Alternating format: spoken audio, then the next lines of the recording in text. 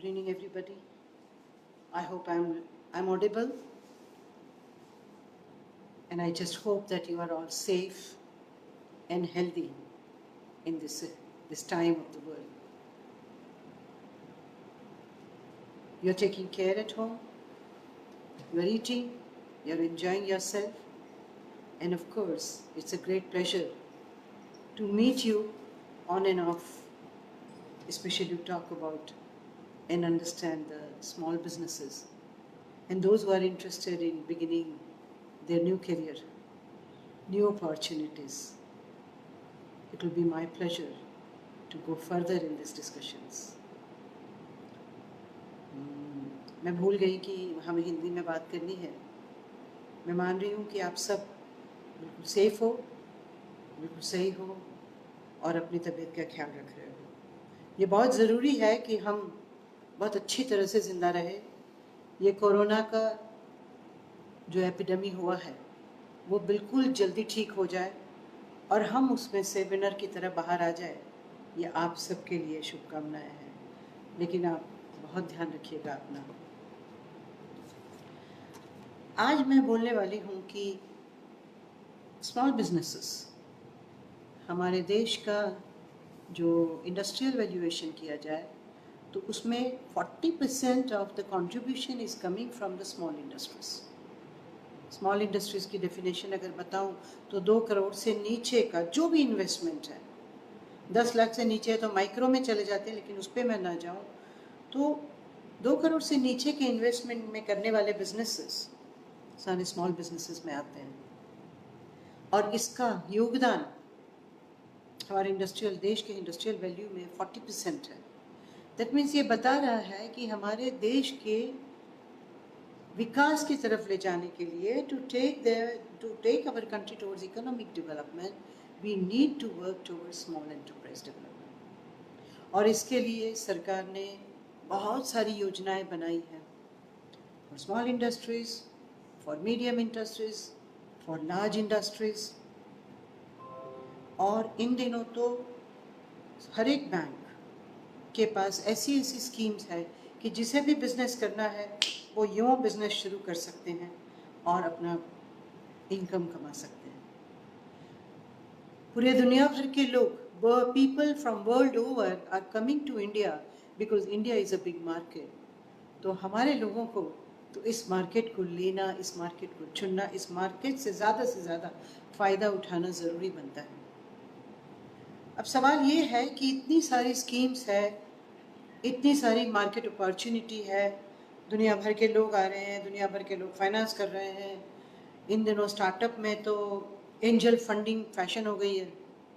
मैं किसी भी यंग लड़के या लड़कियों को मिलती हूँ तो कहते हैं, aunty we want to start a business and we hope that somebody will fund us our business and that is our ambition, so we can make a big money out of it.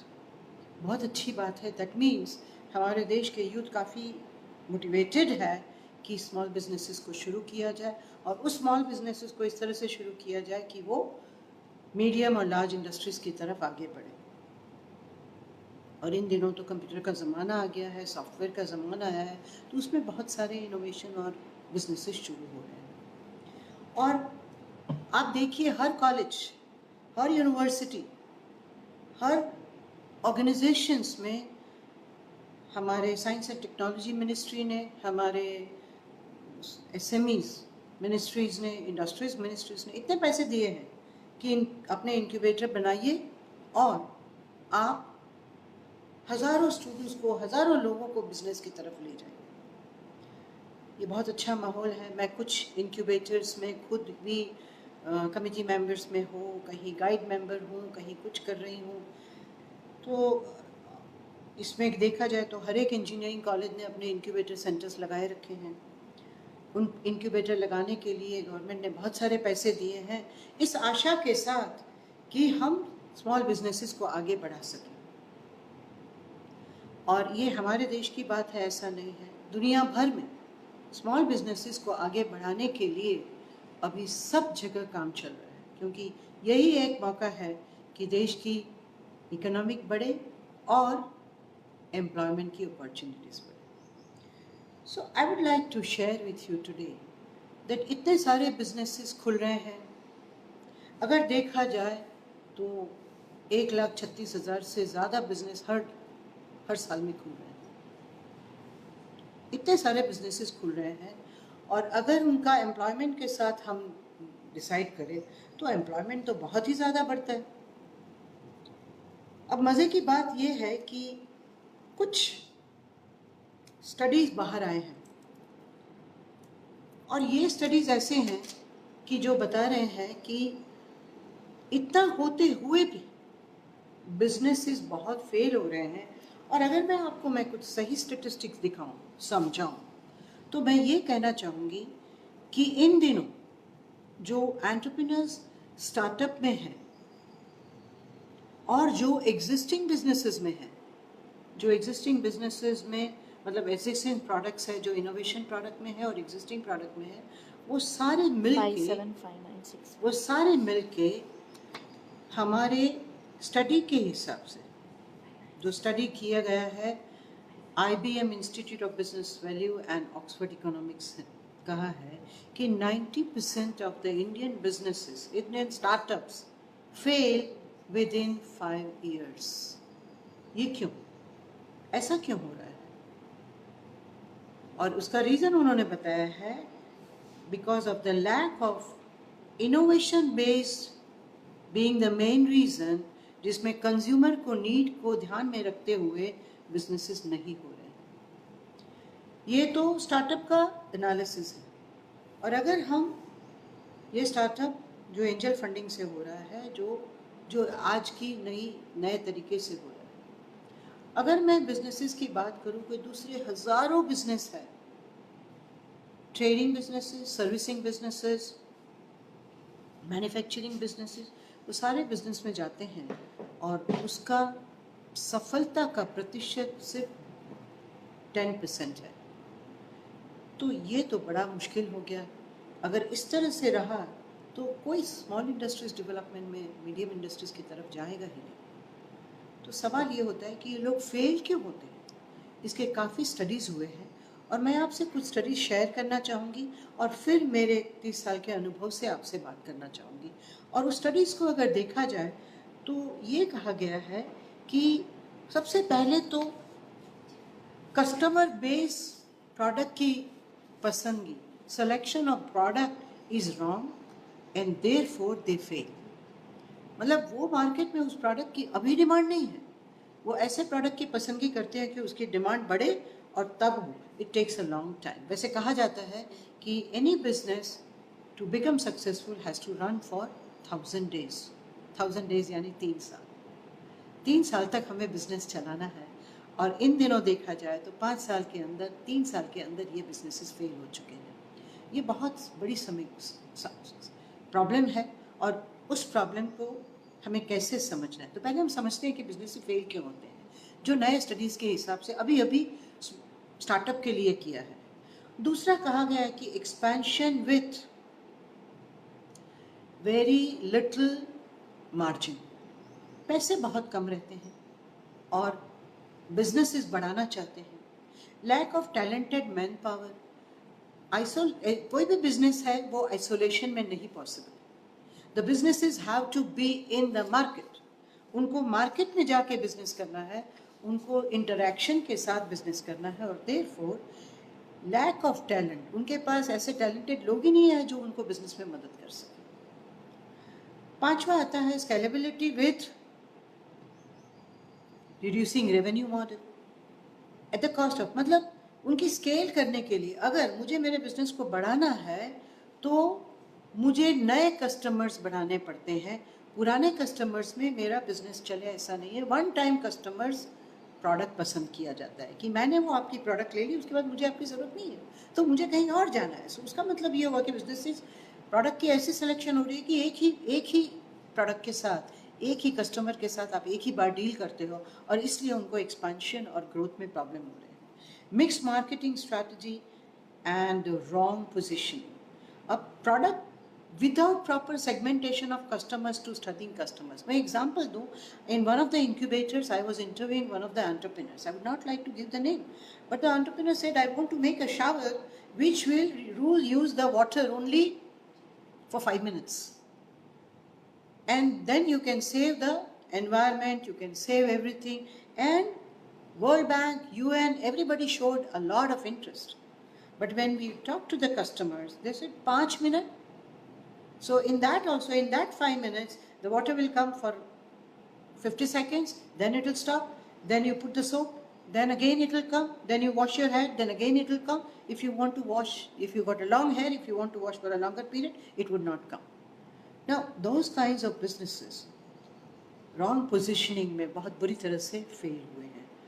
दूसरा, when they have to implement the projects, there's a late product implementation time, getting out competed. जैसे मैंने business डाला वो competition शुरू होता है. I would like to give an example here again, that few years ago when lots of things happened in Nirbhaya case and all, then a lot of people came out, with the product.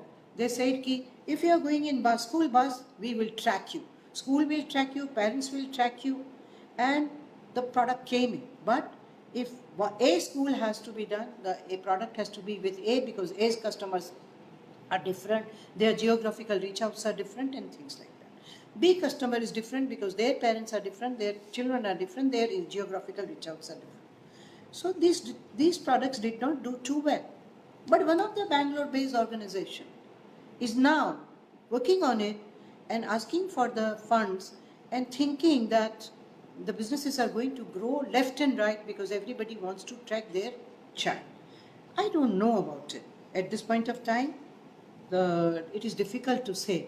But what I want to say is that these businesses have failed in one state very badly, in other state they are working. So I would just say that product should be select based on the competitors and their experiences. Mixing the products, feedback, when people are giving feedback, they are not ready to take the feedback, and no study on the ecosystem like digital platform where Amazon, YouTube, Android, and they are all selling the product much cheaper than what we are selling it.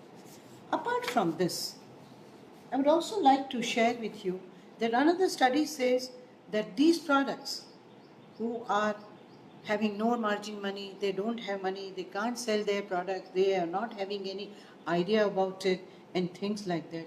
These are the reasons why businesses are failing, startups are failing. Now, according to my experiences, I would like to say that there are various stages of enterprise creation.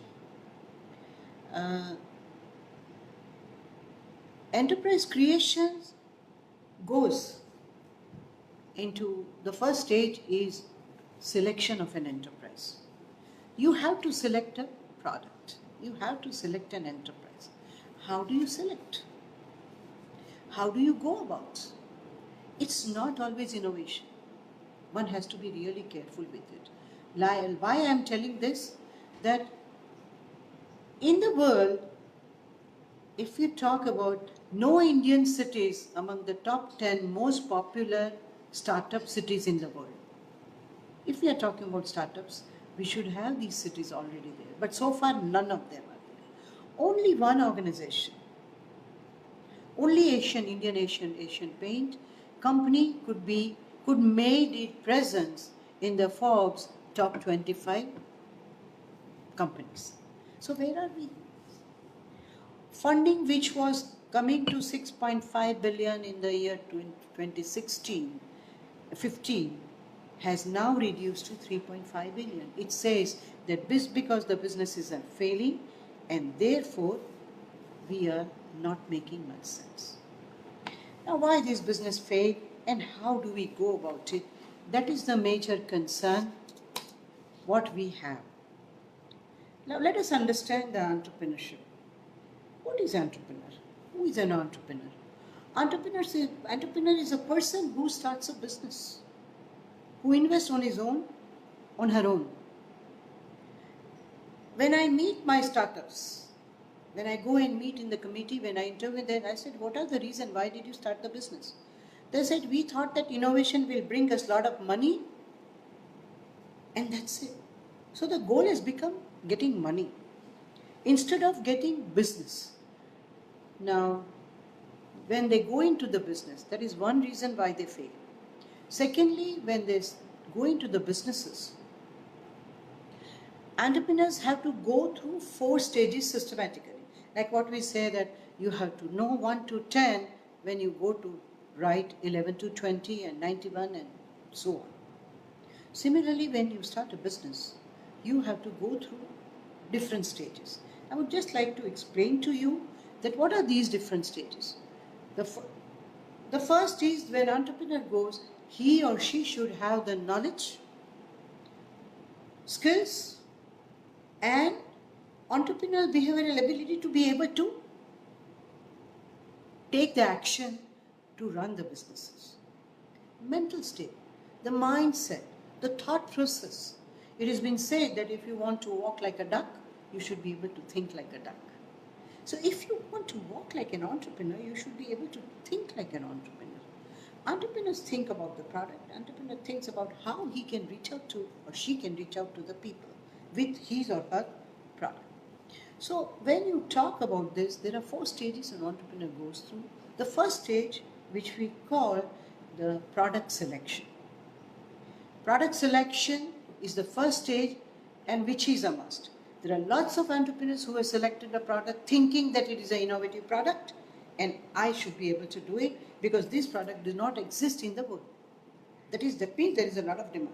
I remember when I was teaching one of the entrepreneurs, she selected to start a business in Gandhinagar, which is one of the cities in Gujarat. When I asked her why you want to start a business there, and she said, I'm going to serve lunch. I said, why only lunch? She said, because lunch time everybody is hungry, सब भूखे होते हैं, सब मेरे restaurant में आएंगे. But it is not like that. Some भूखे होते हैं तो लोग घर जाके खाना खाते हैं. So nobody comes to the restaurant, and based on that she calculated every day she has to give 50,000 thalis to people. She doesn't have the money for that. So that means when you select a product, we need to work on that. So that is the first stage. Second stage is consolidation of the resources. That if I'm going to start a business, what am I going to go into? I need money, I need machines, I need people, I need market. And I have to understand how much machine, how much I'm going to produce, how much I'm going to invest. Without money, business is not possible. Without market, business is not possible. Without technology, business is not possible. So if you are only based on technology, it is difficult. If you are only based on market, it is difficult. If you are only based on finance, I have got a lot of money, I can do any business. And in that process, government, many projects have failed. Lots of projects government put up for the rural India, for the Indian people and things like that, which did not pick up because money is not the only need of an entrepreneur. Third stage is implementation of the business. So first we talked about product selection, second consolidation of resources, third is implementation of the project. Where are you going to put up? You do the put up in Ahmedabad, in your home, in the market, in the neighbor house, we don't know where. And fourth is running of a business, operation management. And the last but not the least, sustenance, growth and expansion. Rather growth, expansion and growth. Now majority of the businesses don't reach the growth. You must have seen so many people around your house, in your experience, that they are in the same shop or same business for years together. हाँ मैं भूल गई, मैं अंग्रेजी में मैंने बोलना शुरू कर दिया. मैं हिंदी में बोलूँगी कि आपने देखा होगा कि आपके घर के आसपास इतने सारे बिजनेसेस हैं. आप हमेशा रेस्टोरेंट में जाते हो, कपड़े लेने जाते हो, मशीन लेने जाते हो, फ्रिज लेने जाते हो, कुछ भी लेने जाते हो, इतने सारे बिजनेसेस हैं. तो आपने देखा होगा कि कुछ बिजनेस है वो सालों 20 साल तक वही की वही चीज़ें बेचते हैं और उसका कोई ग्रोथ नहीं हुआ, उसी लेवल पे काम करते हैं. लेकिन मैं यहाँ बोलती हूँ कि हमें ग्रोथ ओरिएंटेड बिजनेस की ज़रूरत है और वो हम कहाँ कहाँ फेल होते हैं. ये मैं आपको बताना चाहूँगी कि ये 5 हम लोगों ने स्टेप देखे.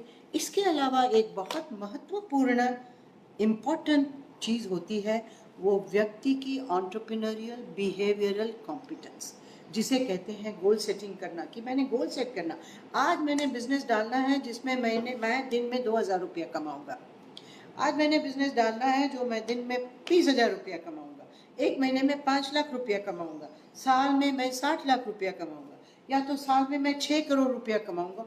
उस साइज का, उस तरह का मुझे बिजनेस लगाना है, तो मुझे अपना गोल सेट करना है।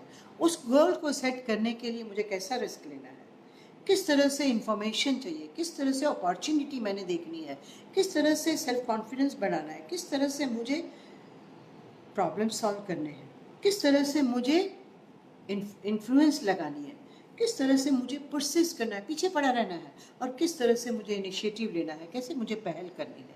ये सारे बिहेवियरल पैटर्न हमें चाहिए, जो हमारे में होने ज़रूरी है ताकि हम बिजनेसेस में फेल ना हो। अब मैं आपके साथ कुछ शेयर करूंगी कि हम लोगों ने तकरीबन 500 बिजनेस एशियन कंट्रीज़ का स्टडी किया है, और उसमें देखा है कि बिजनेसेस फेल क्यों होते हैं। तो मैं ये बताना चाहूँगी कि बिजनेसेस को अगर हम देखें, जो मैंने आपको सबसे पहले समझाया कि फॉर्मुलेशन स्टेज होता है, जिसमें मैंने बताया कि प्रोडक्ट का सिलेक्शन होता है। अब ये प्रोडक्ट सिलेक्शन कैसे किया जाता है? मैंने देखा है कि एंटरप्रेन्योर घर में बैठ के प्रोडक्ट सेलेक्ट करते हैं कि अरे मुझे तो ऐसी प्रोडक्ट करनी है कि भाई मुझे बैंक में नहीं जाना है, बैंक में बिना मैनेजर की शक्ल देखे मुझे सॉफ्टवेयर ऐसा बनाना है कि मुझे कंप्यूटर में क्लिक किया जाए या मेरे मोबाइल में क्लिक किया जाए, मुझे उस आदमी से इसी तरह से बात करनी है और मैंने पूरा सॉफ्टवेयर ऐसा बनाना है। बट जाके कस्टमर्स को तो पूछो कि उसे ये चाहिए, मुझे नहीं चाहिए। I don't care. I don't want to see the manager's face. I am very happy if my information is available to me in the WhatsApp or in my personal level, कि भाई मुझे मेरे पैसे मिल गए हैं और मुझे इतने पैसे की ज़रूरत है। तो ये बिजनेसेस का सबसे बड़ा प्रॉब्लम रहा है। तो प्रोडक्ट ऐसे सिलेक्ट करते हैं हम, कितने लोगों ने प्रोडक्ट सेलेक्ट की है जो नहीं कर सकते हैं बिना मार्केट में जाए, इसलिए वो बहुत बुरी तरह से फेल हो जाते हैं, क्योंकि उनके पास उसके अलावा कोई डेटा नहीं, कस्टमर की कोई नीड की ज़रूरत नहीं है। और अभी हमने देखा कि बिना कस्टमर के नीड के अगर हम कुछ करते हैं तो हम बिजनेस में फेल हो जाते हैं। दूसरा होता है कि बिजनेसेस ऐसे चलने चाहिए कि फॉर्मुलेशन स्टेज में प्रोडक्ट सिलेक्ट कैसे किया जाए। तो प्रोडक्ट सिलेक्ट करने के लिए मुझे मार्केट के डेटा चाहिए, कौन होंगे मेरे कस्टमर्स, मेरे कॉम्पिटिटर्स कौन होंगे, कौन मेरे बिजनेसेस को मैं किसे सप्लाई करूंगी, खाली बैंक को सप्लाई करूंगी, खाली पैसे वाले लोगों को सप्लाई करूंगी, खाली मिडिल इनकम ग्रुप को सप्लाई करूंगी, खाली हाई इनकम ग्रुप को सप्लाई करूंगी, किसको सप्लाई करूंगी। तो मुझे कस्टमर का डेटा चाहिए, ये नहीं होता है। Most of the entrepreneurs don't do market survey, and therefore they don't have these data where they can really select the product in a right way. Majority of the people start the business with the idea कि मैं अच्छा business लगा दूंगा तो मुझे पैसे मिल जाएंगे। इन दिनों स्टार्टअप में ये हो रहा है, मुझे सीड फंडिंग मिल जाएगी। कितने लोग मेरे पास आए हैं, कितने लोगों को मैं जानती हूँ जिन्होंने सीड फंडिंग किया हुआ है, वो आके कहते हैं कि भाई ये मेरा प्रोडक्ट है जो मैं अगर काम करता हूँ तो आज मैं 10 लोगों के पास जाता हूँ, लेकिन कल सपोज ये प्रोडक्ट है कि मैं ट्रैकिंग कर रहा हूँ स्कूल बसेस की, हर स्कूल में जाऊँगा। अहमदाबाद के अंदर तकरीबन 1000 स्कूल है, पूरे गुजरात में 16,000 स्कूल है। अगर 16,000 स्कूल मेरा प्रोडक्ट लेता है तो मैं तो कितने पैसे कमाने वाला हूँ। ऐसे नहीं होता है business. You cannot reach out to each and every customers, so you have to select the customer. So wrong product selection में दूसरा होता है poor technical awareness. कितने लोगों ने businesses लगाए हैं लेकिन वो high technical product में अच्छा product नहीं बना सकते। They take long period to get sustain to grow. तीसरा होता है viable capacity of plan. मैंने बहुत एंटरप्रेन्योर्स को देखे हैं कि वो कहते अभी तो हम छोटे कम पैसे लगा के बिजनेस शुरू करते हैं, आई गिव एन एग्जाम्पल कि मेरे एक एंटरप्रेन्योर से कहते हैं हम तो छोटा करेंगे, अभी तो हम 5 ही मशीन लाएंगे, शर्ट्स बनाएंगे और उसके बाद हम बांग्लादेश से बाकी जो मिल के एक्सपोर्ट करेंगे ना। 6 मशीन से एक्सपोर्ट नहीं होता है। तो 6 मशीन लाए, पैसे बहुत कम थे और उसमें उनके प्रोडक्ट ऐसी बनी ही नहीं कि वो बिजनेस में सस्टेन हो सके। तो प्रोडक्ट की प्लांट कैपेसिटी को भी देखना है। और वो जो मशीन लाए वो टेक्निकल मशीन ऐसे थे कि जिसमें उनकी प्रोडक्शन वैल्यू नहीं बढ़ रही थी, वो हाईटेक मशीन नहीं ला सके थे। इनके कारण ये है कि उनके पास मार्केट डेटा, जिसे कहते हैं एब्सेंस ऑफ मार्केट डेटा और एनालिसिस, उसके लिए उनको नॉलेज चाहिए, उन्हें उस एनालिसिस करने के लिए स्किल्स चाहिए जो उनके पास नहीं है। जो मैंने शुरू में कहा कि any enterprise you want to start, किसी भी बिजनेस को लगाने के लिए आपके पास उसके रिक्विजिट नॉलेज चाहिए, आपके कॉम्पिटिटर्स के बारे में चाहिए, उसके बारे में स्किल्स चाहिए कि मैं किस तरह से एनालिसिस करूँ, कैसे करूँ ताकि मुझे सारी इंफॉर्मेशन मिले और मैं बिजनेस शुरू कर सकूँ। पुअर इन्वेस्टमेंट डिसीजन, और हमेशा कहते हैं कम पैसे में करेंगे लेकिन बहुत कमा लेंगे क्योंकि हमारी प्रोडक्ट बहुत अच्छी है। यहाँ मैं एक और एग्जांपल देना भी चाहूँगी कि फिल्म इंडस्ट्रीज़, अगर फिल्म इंडस्ट्रीज़ को देखा जाए तो फिल्म इंडस्ट्रीज़ में प्रोड्यूसर्स पैसे लेके आते हैं थोड़े से और कहते हैं 3 करोड़ का बिजनेस करते हैं, अरे पहले फिल्म तो बना ले, ऐसे फिल्म बनाएंगे, ऐसे फिल्म बनाएंगे कि सारी मार्केट हमारे पास दौड़ के आएगी। लेकिन ऐसा नहीं होता है, क्योंकि और जब वो अच्छी फिल्म भी बनी है तो मार्केट में उनके लिए लेने वाला कोई नहीं है और वो उनके प्रोजेक्ट में फेल हो जाते हैं। ऐसे हज़ारों प्रोड्यूसर्स हैं जो बिजनेस नहीं कर सकते। ये तो फिल्म की बात हुई, वैसे बहुत सारे एरियाज़ में ऐसा ही चल रहा है। उसके बाद लो इक्विटी बेस, जो मैंने अभी आपसे बताया, तो फॉर्मुलेशन स्टेज पे इसे ध्यान में रखना चाहिए। दैट मीन्स आपको ये पता होना चाहिए कि बिजनेस को कैसे फॉर्मुलेट किया जाए। अगर इन सारे प्रश्नों को, wrong product selection, poor technical available, viable plant capacity, absence of market data, poor investment decision, low equity base, इन सारी चीज़ों को ध्यान में रखोगे और उसको देख के उसका एनालिसिस करके बिजनेस में जाओगे तो आपका फॉर्मुलेशन स्टेज सही आएगा। अगर फॉर्मुलेशन स्टेज सही आता है तो आपको जाना है इम्प्लीमेंटेशन स्टेज में। इम्प्लीमेंटेशन स्टेज में जाने के लिए आपको, उसके लिए फॉर्मुलेशन स्टेज में आपको पूरा बिजनेस प्लान बनाना है कि मुझे ये मशीनरी चाहिए, मुझे इतने की मशीनरी चाहिए, मेरा दिन में 100 शर्ट्स का प्रोडक्शन होगा, उसके लिए मशीनरी चाहिए, उस 100 प्रोडक्शन के लिए मैं इतने कितने कलर्स के शर्ट्स बनाऊंगा। मतलब पूरा सेगमेंट चाहिए कि मेरी प्रोडक्ट क्या रहेगी और सेगमेंट, मार्केट सेगमेंट क्या होगा, उसमें सिल्क के शर्ट्स कितने बनेंगे और कॉटन के शर्ट्स कितने बनेंगे, सस्ते वाले कितने बनेंगे, महंगे वाले कितने बनेंगे। ये सारी इंफॉर्मेशन को लेके एक बिजनेस प्लान बनाना होता है जिसके अंदर प्रोडक्ट की डिटेल्स, कितना इन्वेस्टमेंट करना है, दिन में कितना इन्वेस्टमेंट करना है, उसके लिए क्या मशीनरी चाहिए और उसे पहुंचने के लिए कितने पैसे चाहिए।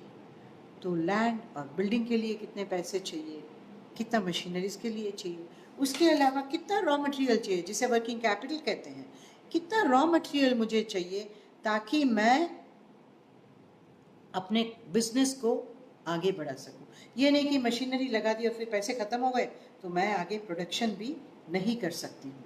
तो ये हो गया फॉर्मुलेशन स्टेज में। उसके बाद अगर फॉर्मुलेशन स्टेज में मुझे हाँ मिल गई कि मेरी प्रोडक्ट की डिमांड है मार्केट में, मैं कर सकती हूँ, मेरी प्रोडक्ट की मशीनरीज मिल रही है मार्केट में, हाँ तो मैं कर सकती हूँ, मेरी प्रोडक्ट के लिए मुझे फाइनेंस मिल रहे हैं तो हाँ मैं कर सकती हूँ, और मेरी प्रोडक्ट के लिए कमर्शियल वायबिलिटी है, जब मुझे हाँ मिलता है तो मैं इम्प्लीमेंटेशन में दूसरा स्टेप लेती हूँ और लेता हूँ। तो एंटरप्रेन्योर उस वक्त लेते हैं। What happens when you don't have those data of market survey, you straight away implement and you fail, and that is what we have learnt in our survey or analysis of the 90% of businesses why they fail. अब दूसरा होता है कि product implementation में कौन कौन सी जगह failure आता है। सो सबसे पहले फेलियर आता है रॉन्ग चॉइस ऑफ मशीनरी। कौन सी मशीन पसंद करनी चाहिए, उसके लिए मुझे इंफॉर्मेशन चाहिए, नॉलेज चाहिए जो मेरे पास नहीं है। मेरे फ्रेंड ने बताया, गूगल कर लिया और डाल दिया, दिस में बहुत हो रहा है, बहुत ही प्रॉब्लम हो रहा है। बहुत सारे एंटरप्रेन्योर्स हैं जो मैंने आपको बताया कि because they put up their business is very late, there are many competitors in the market, so इसे हम कहते हैं slippage in implementation of your own product. तो उसमें देर नहीं होनी चाहिए। अगर मैंने मार्केट सर्वे अभी किया है तो मुझे ये इम्प्लीमेंटेशन 6 महीने के अंदर करना है, नहीं तो 6 महीने में तो दूसरे 10 कॉम्पिटिटर्स आके खड़े हो जाएंगे। तो मैं जिस कॉस्ट को लेके बिजनेस करने वाली हूँ वो कॉस्ट मेरी अलग हो जाएगी। तो इसे ध्यान में रख के slippage in implementation of the scheme, ये प्रोजेक्ट इम्प्लीमेंटेशन के वक्त सारे फेलियर शुरू हो जाते हैं। वहाँ गलती हुई तो यहाँ इम्प्लीमेंटेशन भी गलती होने वाली है। पुअर प्रोजेक्ट प्लानिंग, कि हाँ पहले मैंने मशीनरी का ऑर्डर देना है, मशीनरी को आने में तो 6 महीने लगेंगे, उसके बाद मैं जगह लेने जाऊँगा, तब तक जो रेंट मैंने डिसाइड किया था वो जगह का रेंट बढ़ गया, और तब तक तो मुझे वो रेंट वाले ने बोला अब मुझे मेरे पास ये जगह नहीं है, तो मुझे 10 किलोमीटर दूर जाके अपना प्रोजेक्ट लगाना पड़ रहा है। तो वहाँ जाने से तो मेरे मार्केट का आना जाना सारा सारा कॉस्ट एनालिसिस ही अलग हो गया, तो ये बड़ा मुश्किल हो जाता है।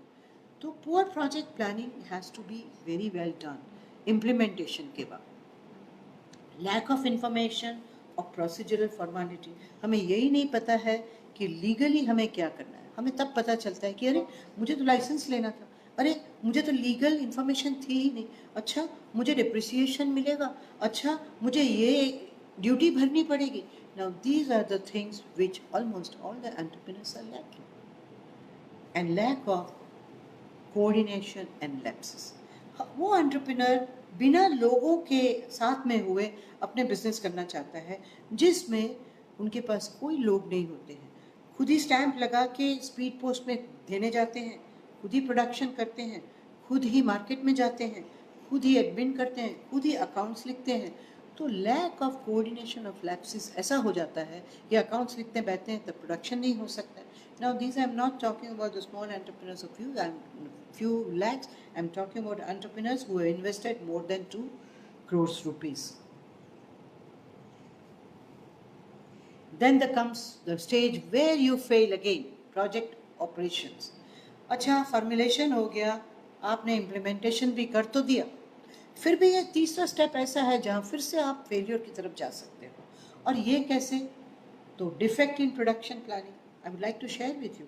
हमारे अहमदाबाद में इतने बड़े बड़े मिठाई वाले हैं जो हमेशा मिठाई कार्डबोर्ड बॉक्सेस, प्लास्टिक बॉक्सेस में देते हैं। तो प्लास्टिक बॉक्सेस में जो देते हैं उनको इंजेक्शन मोल्डिंग से प्लास्टिक निकालना है, और जो कार्डबोर्ड बॉक्सेस में बेचते हैं उनको कार्डबोर्ड के बॉक्सेस बनाते हैं। तो हमने देखे हैं एंटरप्रेन्योर्स कि वो भूल जाते हैं कि sweet boxes during Diwali time people buy products of 250 grams a box, more than 500 and then 1 kilo.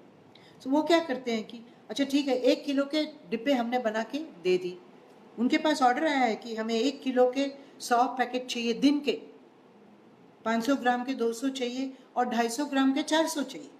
तो वो सोचते हैं कि हम पहले 100 बना दें, 100 दे देते हैं, दूसरे तीसरे दिन 500 ग्राम के बनाते हैं, उसके बाद 250 ग्राम्स के बनाते हैं। तो इधर मिठाई वाला बोलता है कि मेरे यहाँ तो कस्टमर सिर्फ 250 ग्राम्स वाले ही हैं। तो what happens, he goes to somewhere else and buys the product and this person product does not get sold. So ये faulty defect of production planning one really has to look into. ये तो एक ही product है, बहुत सारी product के लिए हम बात कर सकते हैं। आप अपनी अपनी प्रोडक्ट को ध्यान में रखते हुए इसको ज़रूर सोचिएगा। Then inadequate working capital, this is the perennial problem of all our startup people. They have got good products, they have got into production, but then they don't have money to expand. Then they are waiting for the funders, angel funding, banking to support them. Banks do not support them because they do not have the business plan. They have no expansion plan in front of them and therefore they fail. Low key market development effort, they don't really get into the market development effort. Product बना लेते हैं, उसके बाद marketing करने जाते हैं तो product की कॉस्ट बहुत बढ़ जाती है, पूरी तरह से फेल होते हैं। एरर्स इन मार्केटिंग स्ट्रैटेजी नहीं बनती कि मार्केट कौन होगा, low income group, middle income group, women, man, children, hospitals, schools, government department, we don't know that. तो ये मार्केट सर्वे के वक्त हमें डिसाइड करना होता है, नहीं तो प्रॉब्लम यहाँ आके खड़ी होती है। And last but not the list, poor accounting, costing and record keeping. हमें पता ही नहीं है कि हम कैसे बेचें। अगर मैं कहूँ कि ठीक है, आप मुझे, इन दिनों मास्क का बहुत चला हुआ है, कि आप मुझे 1000 मास्क दीजिए, और दूसरे ने आके मुझे 5000 चाहिए, लेकिन आप 25 रुपये में भेज रहे हैं, मुझे 20 रुपये में चाहिए। मैं खुश हो गई, हाँ हाँ हाँ 20 रुपये में दे दो, लेकिन मेरी कॉस्ट अगर 20 में आ रही है, that means I am not making any business. So most of the entrepreneurs do not know what is the cost and what is the record keeping. मैंने बहुत बोल दिया है। अगर आपके पास कोई सवाल आ रहा है तो मुझे टाइप करके भेजिए, मैं बोलना शुरू करूँगी। लेकिन मैं लास्ट स्टेज पे हूँ जिसमें सर्वाइवल और ग्रोथ की बात आती है, कि हम कैसे सर्वाइव हो, सर्वाइवल और ग्रोथ तक क्यों नहीं पहुँचते। आप कहोगे स्टार्टअप तो हो गया, बिजनेस तो शुरू हो गया, लेकिन मुझे 1000 दिन तक चला के तो दिखाओ। प्रॉब्लम कहाँ आ रहे हैं? क्योंकि मेरे दिमाग में वो प्रोडक्ट है और मुझे एंजल फंडिंग मिलने वाला है, और मैं तो रातों रात पैसे वाली हो जाने वाली हूँ, पैसा वाला हो जाने वाला हूँ। सर्वाइवल और ग्रोथ का तो ऑटोमेटिक हो जाएगा, ऐसा नहीं होता है, ऐसा बिल्कुल नहीं होता है। वहाँ फेल है। उसके छोटे छोटे मैं बात बताती हूँ आपको। फेल कहाँ होते हैं? तो स्लांट इन एंटरप्रेन्योरियल ओरिएंटेशन, पर्सनल प्रेफरेंसेस होते हैं। मुझे तो इनको देना है, इनको नहीं देना है, ये बड़े अच्छे हैं, ये नहीं अच्छे हैं, मैं तो खाली इंटरनेशनल स्कूल में ही बिजनेस करूँगी, मैं तो खाली अच्छी कॉलेज में ही जाऊँगी, मैं तो खाली हाई लेवल पे ही, हाई ब्रांड वाला में ही काम करूँगी, लो में नहीं करूँगी, रूरल में नहीं जाऊँगी। So many personal prejudices, lopsided view of business. मेरा बिजनेस, मेरी टेक्नोलॉजी बेस्ट है, और ये भूल जाते हैं कि हमें कस्टमर रिलेशन रखने पड़ते हैं, हमको पर्सनल रिलेशन रखने पड़ते हैं, हमको एंटरप्रेन्योरियल कॉम्पिटेंसीज ऐसी होनी चाहिए कि हम गोल सेट ऐसा करें कि how far we can reach, not that ये तो मेरा ही इंटरेस्ट है, ये मेरी प्रोडक्ट है, सबको पसंद आएगी, लेना है तो लो, नहीं तो मत लो। Now those kinds of things do not work, and that forces you to run the business but hardly survive. थोड़ा सा पुश मिलेगा, बंद हो जाओगे। And last, dependency. इतनी डिपेंडेंसी होती है कस्टमर्स पे कि वो बुरी तरह से ग्रोथ और सब एक्सपेंशन की तरफ नहीं जा सकते। एक्सपेंशन के लिए अगेन मार्केट सर्वे उनके पास ज़रूरी है, लेकिन वो भूल जाते हैं कि उनके कितने कॉम्पिटिटर्स हैं, उनके बिहेवियर में, उनकी आदतों में ये चीज़ है ही। और इसलिए last but not the list, in entrepreneurial competencies are a must in a person. कैसे competencies? Goal setting, product identification is a must on everyday basis. मैं एक जॉब में रिटायर हो सकती, लेकिन बिजनेस में नहीं। बिजनेस तो मुझे हर हमेशा नया करना है, इनोवेटिव करना है, और नए नए लोगों से काम करना है। Problem solving ability, lack of persistence, जिसमें परसिस्टेंस, पीछे पड़ जाना है भाई, अरे मैंने तो उसको बोला, वो तो आया ही नहीं, मुझे बोलता है तू आ जा, मैं थोड़ी किसी के पास बिजनेस के लिए जाती हूँ या जाता हूँ। Now those kinds of personal competencies are required. इसके अलावा रिस्क टेकिंग, रिस्क हो। इन दिनों मैं स्टार्टअप के साथ काम करती, कहते हमारा तो कोई रिस्क ही नहीं है, हम अपने कंप्यूटर में सॉफ्टवेयर बनाते हैं और एंजल फंडिंग देते हैं, हम तो बड़े मजे करते हैं, हमारा क्या रिस्क है, खाली टाइम चला गया। It does not work like that my dear friends. You really have to understand what type of risk, calculated risk you are taking. अगर business नहीं चला तो what should be my strategy, and that is what is required. Lack of influencing strategy, लोगों के साथ interact करना, लोगों के साथ बात करनी, सब अपने अपने रूमों में बैठ के कंप्यूटर के साथ सॉफ्टवेयर डेवलप कर रहे हैं। स्टार्टअप में ये सबसे ज़्यादा प्रॉब्लम हो रहा है। और हम जब स्मॉल एंटरप्रेन्योर्स के साथ काम करते हैं, ग्रेजुएट्स के साथ काम करते हैं, इंजीनियर्स के साथ काम करते हैं, तो वो भी ऐसा मानते हैं कि मैं प्रोडक्ट ऐसी बनाऊं कि लोग अपने आप आके ले जाए।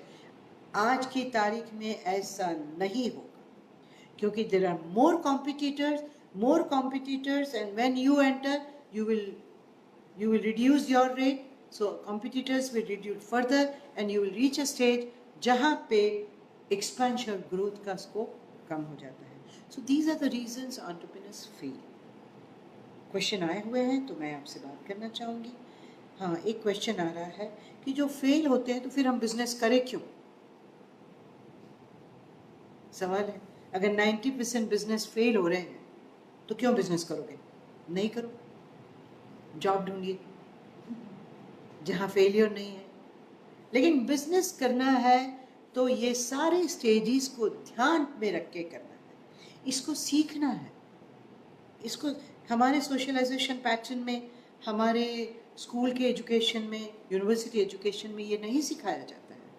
और इसलिए मैं कहूँगी कि एंटरप्रेन्योरशिप एजुकेशन में हमें बहुत जल्दी जाना है। और हमारे institute international centre for entrepreneurship and career development ऐसे हज़ारों एंटरप्रेन्योर्स हर साल तैयार करते हैं। और मैं कहना चाहूँगी कि ये एंटरप्रेन्योर में 80% सफल होते हैं, 70% एक्सपेंशन की तरफ जाते हैं और इसमें से 50% ग्रोथ की तरफ जाते हैं।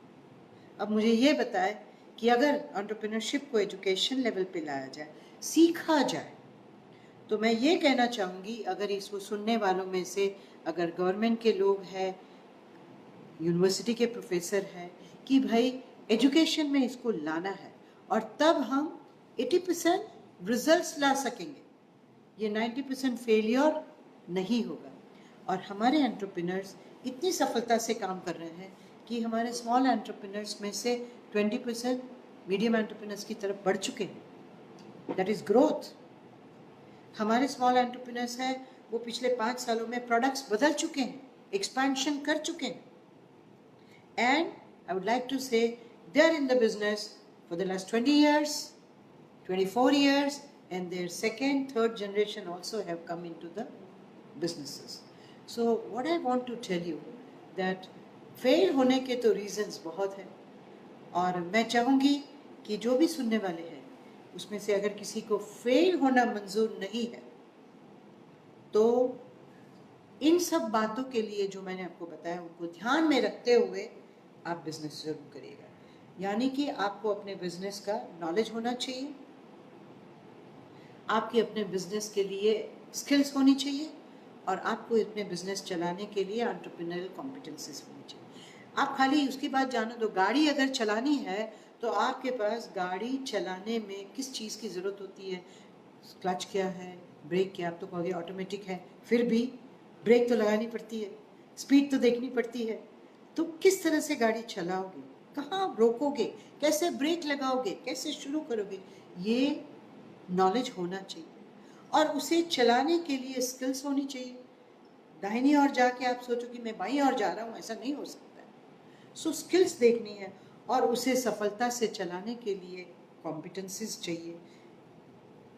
फियर ऑफ फेलियर नहीं चाहिए, मुझे डरना नहीं है, मुझे कॉन्फिडेंस से चलना है, मुझे अपना विजन देखना है, मुझे बहुत सारी चीज़ें देख के चलनी है। तो अगर एंटरप्रेन्योर 90% एंटरप्रेन्योर फेल होते हैं, तो मुझे आपसे कहना है 80% of entrepreneurs are highly successful because they have learned about the knowledge required to start a business, skills required to start a business, and entrepreneurial competencies like goal setting, behavioral competencies like information seeking, behavioral competencies like risk taking, problem solving ability, initiative, self confidence have been developed. And there are educational tools and techniques through which you develop. हमारे 3 weeks के जो programme होते हैं उसमें पहले दिन हम आपको एक असेसमेंट करवाते हैं कि आप में एंटरप्रेन्योरियल कॉम्पिटेंसीज कितनी है। उसके बाद 3 वीक के बाद हम वो सिखाते हैं, और उसके बाद फिर से करवाते हैं। तो आपको लगता है कि अरे वाह, मेरी गोल सेटिंग एबिलिटी जो 20% थी वो बढ़ के 80% हो गई है, मेरी गोल सेटिंग एबिलिटी सीकिंग की वो बढ़ के अभी 60% हो गई है, मेरी एबिलिटी जो रिस्क टेकिंग की थी वो तो बिल्कुल नहीं थी, वो बढ़ के 50% तक, 50% तक पहुंच गई है, मेरी एबिलिटी जो इंफॉर्मेशन सीकिंग की थी, अपॉर्चुनिटी सेंसिंग की थी, वो तो ज़ीरो लेवल पे थी, जो बढ़ के अब 40% तक हो गई है। मैं जहाँ देखती हूँ मैं जहाँ देखता हूँ मुझे अपॉर्चुनिटीज़ दिखती रहती हैं। सो ये हम सिखाते हैं, और उस वक्त वो entrepreneur, once you are an entrepreneur, once you know how to think like an entrepreneur, you can become like an entrepreneur. So मैं आपको एक सवाल आया है कि do all successful entrepreneurs like Tatas and Ambanis have all the competencies? Yes. Tatas and Ambanis they have gone through all the 4 stages. Having understanding what product to be selected, how to select it, what is the market, how the markets are, and based on that They have gone for expansion and growth. Even Ambani's, जो product शुरू हुई है, they have gone into thousands of products. And you are aware that so many products have failed. Ambani's petrol stations have failed. They never realized, and their prices were higher than the other petrol pumps. So what happened? They failed. So they also have gone through all these processes, and they have entrepreneurial behavioral competencies very much imbibed in them, and therefore they are successful. Just बोलना चाहूँगी, due respect to all my bank managers, but all the bank managers who are giving funds to the entrepreneur, they are all aware about it. They ask for the business plan, then they say कि ठीक है हमें presentation करो, production क्या होगा, planning कैसे करोगे, कब आपके business के पैसे वापस आएंगे, finance management कैसे करोगे, cash flow कैसे करोगे, और कैसे हमारे पैसे वापस करोगे. क्यों आज हमने नहीं देखा है कि एक भी बैंक मैनेजर को भी entrepreneur नहीं बना, क्योंकि उनके पास सिर्फ knowledge. They don't have the entrepreneurial thinking, entrepreneurial behavioral competencies where they feel they are very good at goal setting, they can do a best product, select the best of the product, need of the market. I would just like to share with you here, like Ambani's and Tata's, they have gone through this. Not only that, any successful entrepreneur has got these competencies in them, those who have gone for the growth and expansion. These competencies we have done through the research and studies. So today just I would like to share with you that there are a large number of people who have started manufacturing masks.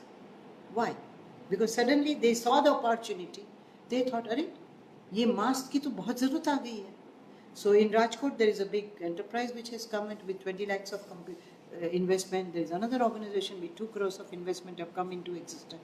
So you see that entrepreneurial opportunities people see and they get into business, and then the sky is the limit if you are not failing, if you have been able to walk through all these stages with proper knowledge, skills and understanding. So thank you for listening. It is a technical subject हो गया है, तो मैं चाहूँगी कि अगर आपको इसमें कुछ और ज़्यादा समझना है तो please send the messages to me. And again I tell you, अगर 90% बिजनेसेस वैसे फेल हो रहे हैं तो 80% businesses are highly successful. So you have to choose कि कहाँ जाना है, 90% ऑफ फेलियर में या सक्सेस में जाना है. तो we have to go through this stages very systematically. Thank you.